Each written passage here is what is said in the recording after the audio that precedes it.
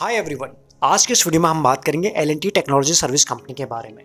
जिस वक्त हम ये वीडियो बना रहे हैं इस वक्त सारी कंपनी अपने क्वार्टर 1 के रिजल्ट पोस्ट कर रहे हैं और इस कंपनी ने भी कुछ ही टाइम पहले अपने रिजल्ट को पोस्ट किया है। तो हम इस वीडियो में समझने की कोशिश करते हैं कि इस कंपनी का चार्ट स्ट्रक्चर किस तरह से बन रहा है, मंथली के टाइम फ्रेम में, वीकली के टाइम फ्रेम में या फिर वनडे के टाइम फ्रेम में किस तरह के यहाँ पर स्ट्रक्चर बनते हुए नजर आ रहा है। साथ ही में ये बात कर लेते हैं सबसे पहले कि इसके रिजल्ट कैसे हैं, क्योंकि रिजल्ट के बाद ही आप समझ पाएंगे कि आगे क्या हो सकता है, किस तरह का चार्ट बनते हुए हमें दिखाई पड़ सकता है।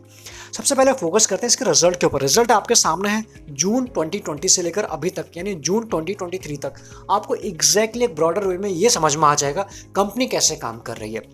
सबसे पहले अगर हम फोकस करते हैं इसके यहाँ के, ये था इसका जून 2020 और ये है, यानी क्या क्या चीज़ों के ऊपर हम फोकस करेंगे। सेल्स हो गए, इसके ऑपरेटिंग प्रॉफिट हो गए एंड प्रॉफिट बिफोर टैक्स या फिर ये कहें नेट प्रॉफिट EPS। कुछ ये जो टॉप की चीज़ें हैं इनके ऊपर आप फोकस करें सो दैट आप चीज़ों को अच्छे से समझ पाएँ। इस कंपनी का 2020 में जो सेल्स थी, यानी इसने जनरेट किया था सेल, वो था 1295 यानी 1295 CR के आसपास। ऑल नंबर्स इन CR, तो आप उसी तरह से इन चीज़ों को लें। देन उसके बाद ये धीरे धीरे बढ़ता है, ग्रेजुअली आपको बढ़ते हुए नजर आया है 1295 से 13 प्लस, 14 प्लस, 1440, 15, 16। हर एक क्वार्टर में आपको धीरे धीरे करके नंबर बढ़ते हुए नजर आ रहे हैं या फिर ये कहें पॉजिटिव वे में बढ़ रहे हैं, जो हमारे लिए अच्छी बात है as an shareholder. Company के लिए तो अच्छी बात है ही। अगर हमारे ज़्यादा इंपॉर्टेंट क्या रह जाता है यहाँ पर आके आखिरी में, अगर हम देखें जून में किस तरह का स्ट्रक्चर यहाँ पे बना हुआ है, यानी कि मार्च पिछले क्वार्टर और जून का जो आप देखेंगे तो यहाँ पर आपको सेल्स में थोड़ी सी चीज़ें यहाँ पर चेंजेस होते हुए नजर आएंगे। We are talking about this, यानी 2371 था इसके पिछले क्वार्टर में सेल्स और अभी हुई है 2301। ज़रा से इसके सेल में आपको डिप तो देखने को मिली है यहाँ पर, ये आपको क्लियरली विजुअल हो रहा होगा यहाँ पर। नेक्स्ट अगर हम बात करें क्या चीज़, यानी कि जून 2020 में जो 1300 CR के आसपास सेल्स था वो अभी हो चुका है 23 के आसपास, यानी कि ब्रॉडर में बढ़ रहा है। क्वार्टरली बेसिस पे आपको ज़रा सा डिप देखने को मिला है। सिर्फ इसी कंपनी में नहीं, फिर आप चाहें तो इन्फोसिस देख ले, 2-3 दिन पहले उसका रिजल्ट आया, 10% का हमें डिप देखने को मिला है। इस कंपनी ने अपने रिजल्ट पोस्ट किए तो इसमें एज सच इस क्वार्टर में हमें कोई भी डिप देखने को नहीं मिला। इनफैक्ट शेयर अपने एक जोन से बाहर निकलते हुए नजर आ रहे हैं पॉजिटिव वे में, वो हम देखेंगे चार्ट पर। दूसरी अगर हम बात करें इसका ऑपरेटिंग प्रॉफिट के ऊपर, जो 206 करोड़ का था 2020 में, अगेन आप यहां से देखना शुरू करें, यहां से 2006 यहाँ पर ऑपरेटिंग प्रॉफिट जो था 206 के आसपास था, वो बढ़ते बढ़ते यहाँ पे 453 के आसपास पहुंच चुका है। लेकिन वापस से पिछले क्वार्टर से एक छोटा सा डिप हमें वापस देखने को मिल रहा है, यानी कि 480 से ये हो चुका है 453 के आसपास। ऑपरेटिंग प्रॉफिट में इस क्वार्टर आपको डिप जरूर देखने को मिल रहा है। पिछले क्वार्टर से अगर हम देखने की कोशिश करें यहाँ से आपको बढ़ोतरी जरूर देखने को मिलेगी, लेकिन लास्ट क्वार्टर से डिप है। नेक्स्ट अगर हम बात करें प्रॉफिट बिफोर टैक्स, ये 160 था और अभी 431 के आसपास कंपनी ने इतने प्रॉफिट बिफोर टैक्स पोस्ट किया। फाइनली अगर हम बात करें नेट प्रॉफिट, यानी सब कुछ टैक्स देने के बाद एवरीथिंग, उसके बाद ये 118 इसका था 2020 में एंड धीरे धीरे होते हुए 312 के आसपास है। तो कुल मिला के जो कंपनी की जो लॉन्ग टर्म ग्रोथ है उसमें आपको बढ़ोतरी देखने को मिल रही है।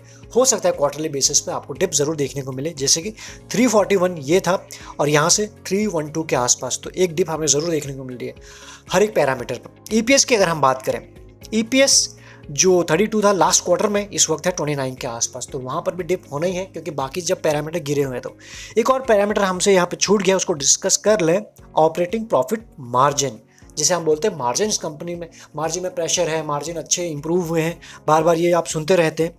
तो 16 के आसपास था एंड उसके बाद 20, 21, 22, इसका जो हाईएस्ट है यही है 22, 20 देख रहेंगे आप, और उसी के 22 के आसपास, अभी भी ये 20 के आसपास है। तो कुल मिला के मार्जिन में भी प्रेशर है, यानी 22 से 20 के आसपास है, लेकिन एक जो लॉन्ग टर्म जो बेस बना हुआ 20 उससे नीचे अभी तक नहीं आया इतने क्वार्टर्स में, ये आप देख सकते हैं। तो कुल मिलाकर आपको क्या समझ में आ रहा है? यही समझ में आ रहा है कि लॉन्ग टर्म में या फिर लॉन्ग टर्म या पिछले 1-2 साल में कंपनी स्टडी फॉर्म में आगे बढ़ रही है। इस साल आपको डिप देखने को मिल रहा है। इसका रीज़न हम सभी जानते हैं, हम सभी का पोर्टफोलियो बहुत अच्छी तरीके से इसको समझ भी रहा है, लाल रंग में अभी भी होगा।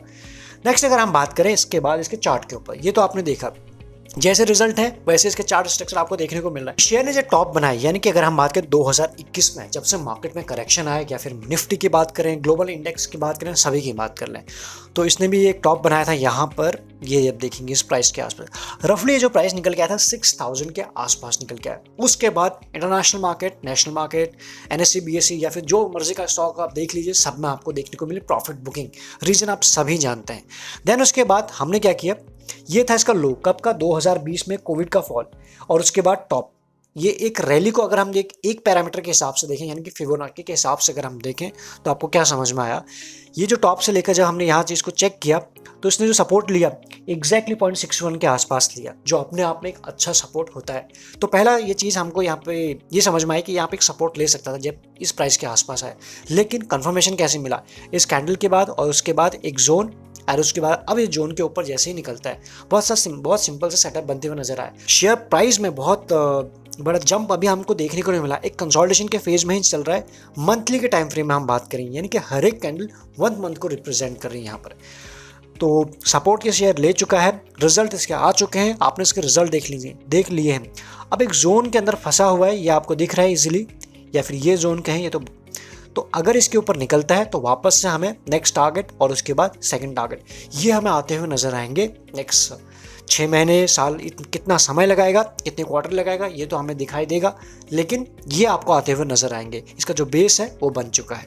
आज नहीं तो कल, जितनी फेड की बात करें RBI, आज नहीं तो कल ये आपका इंटरेस्ट रेट बढ़ाते हुए थोड़ा कम नजर आ सकते हैं, लेकिन आपको कम करते हुए जरूर नजर आ सकते हैं। नेक्स्ट अगर हम बात करें, ये तो हमने फिबोनाची के हिसाब से देखा, इसमें पोटेंशियल कितना है, जिस प्राइस पे अभी है शेयर, वहां से अगर ये सिर्फ अपने हाई के आसपास ही पहुंच गया, यानी कि यहाँ जिस लेवल के आसपास है, ये वीकली पे आ चुके हैं हम, यहाँ तक भी अगर पहुंच गया, सिर्फ इस लेवल को हमने मार्क किया, इस लेवल के आसपास, ये आप देखेंगे तो ऑलमोस्ट 27% इतना ये शेयर में पोटेंशियल तो है। इसके ऊपर कितना जाएगा, इतना गेन आपको हमें मिल सकता है शॉर्ट रन में, शॉर्ट टू मीडियम रन में, ये हमें दिखाई पड़ रहा है। प्लस एक चैनल में फंसा हुआ है, अगर एक बेस यहाँ बनाए और एक ये लाइन तो देखने को मिल ही रही है, तो ये शेयर हमारे प्राइम फोकस पे यहाँ से रह सकता है। एक अच्छा शेयर है, एक अच्छे फंडामेंटल्स हैं इसके, प्लस रिजल्ट भी इस बार ठीक ठाक रहे हैं, क्योंकि रिजल्ट आने के बाद कई बार क्या होता है, जिस तरह से हमने इन्फोसिस में देखा 10% के आसपास एक ही दिन में हमें क्रैक देखने को मिला शॉर्ट रन में, और तो बाद में वो सारी चीज़ें कवर हो ही जाएंगी, बट शॉर्ट रन में जो शॉर्ट टर्म ट्रेडर हैं उनको थोड़ा सा वेट करना पड़ जाता है। तो ऐसे में इसका वो डर खत्म हो चुका है, क्योंकि इसके रिजल्ट आ चुके हैं एंड ऐसा कोई पनिशमेंट मार्केट ने इसको दिया नहीं। तो ये है एक चीज़।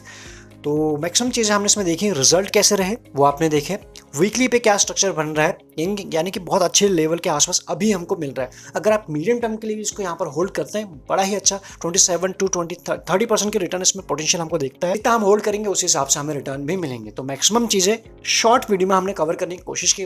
बाकी और भी वीडियोस के लिए चैनल को सब्सक्राइब करना बिल्कुल ना भूलें। अगर ये वीडियो आपको अच्छा लगा तो लाइक करे बिना बिल्कुल नहीं जाइएगा। Thank you.